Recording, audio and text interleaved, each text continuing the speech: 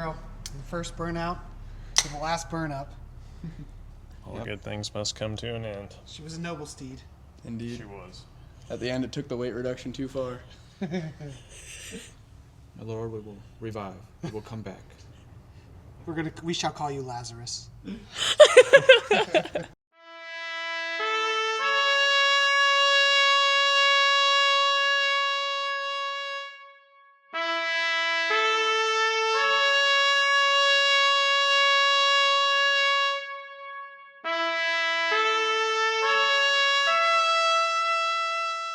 So, yeah. We did a thing. We did a thing. We did. So, We did. I guess we can claim the first S650 GT motor to blow up due to Power. asking too much of it. So, but that was the whole purpose of this car. We got it to do R&D, see how far we can push it, and we found the limits on the dyno doing some final testing before Mustang Week, and now the race is on. So we will be there, and in our shining glory. Yeah, so I'm typically the guy that dynos the car, and everything seemed great, and until it wasn't. So made a full pull, 78, 8,000 RPM, and then saw a little bit of smoke, and then felt things hitting the bottom of the car, and we figured that was it. That was it. And I exited the car, and I slipped on a piece of piston, so that was pretty cool. You know. Was it loud inside the car? What did it sound like? Just it didn't sound as eventful as it actually was outside. So Yeah, I was actually the guy outside the car that was supposed to be videoing and may or may not have forgot to do the videoing part.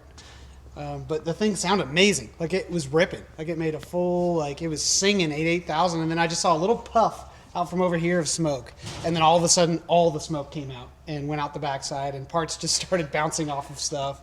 yeah, you know, and we were doing some testing on a couple little things, and so we sent that data log over to our friends at Whipple with no explanation behind it, and we said, hey, how did it look? And you know, they said everything looked fabulous, and there was no knock or No anything. knock, fuel looked great. Fuel looked great. Timing was just adding along, and then we kind of led up to, we sent a few pictures and said there was definitely some type of knocking at the end, and I think that was the parts flying off the car, not the actual knock of Yeah. the calibration, because it was mint.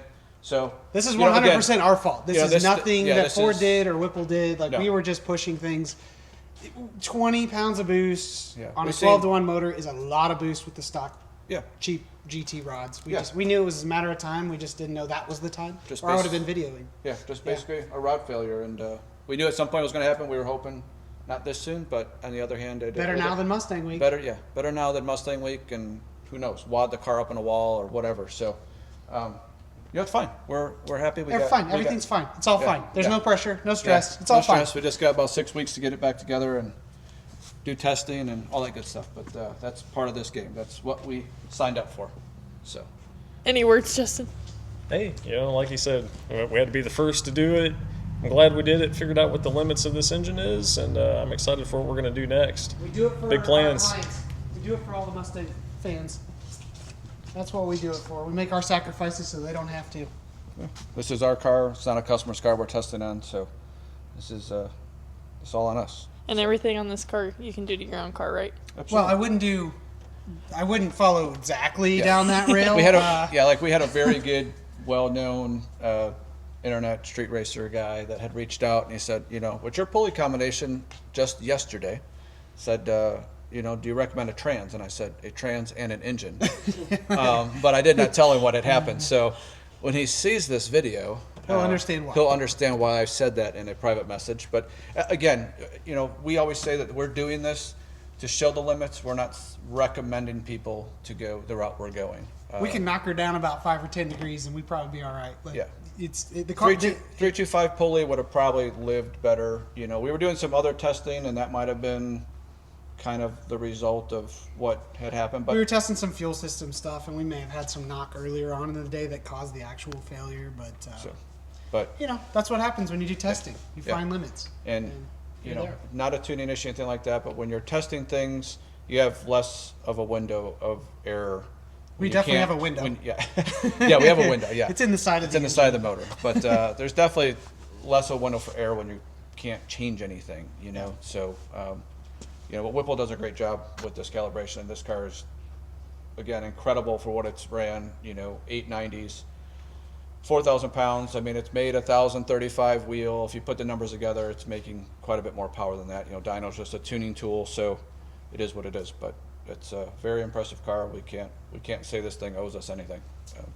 Literally, the second we started the car, we did a burnout in it. Like from day one when we bought it brand new. Yeah. So we have not been nice to this car from day one. We abused this car. Break-in was a burnout in front of the dealership. Yes. So, yeah.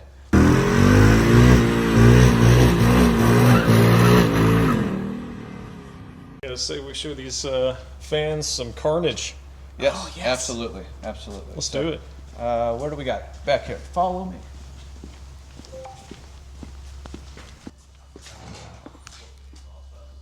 Here is what we were able to retrieve off the floor. So you have your rod. Here's the piece of piston that I slipped on.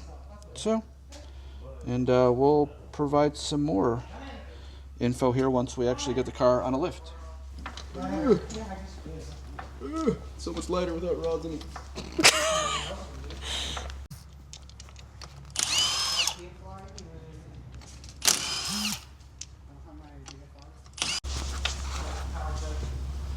Yep, found it. Hey, look, a piston. All right, guys, let's crawl under here and take a look at the damage. If it's not leaking, then we're just going to reevaluate that with lean on this. There's nothing in the back. There's oil dampness in the back of the oil pan, but it's definitely oil. Right there. But not enough that I would fix it. So watch switch the blowers over. Yep, you can see the piston right up in there. And that's not supposed to be there, nor is that hole. So this wonderful package here is it's not a Christmas gift today. You know, usually we like to receive them. This one is going back out because, as we'll share with you, it was full of metal.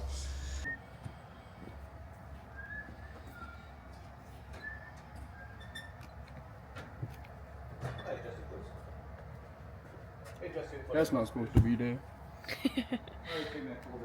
So it's going back to our friends at Whipple to see if we can salvage it. And Chuck and Dustin and Nick over there, they've all been good to us. So we'll see where it goes.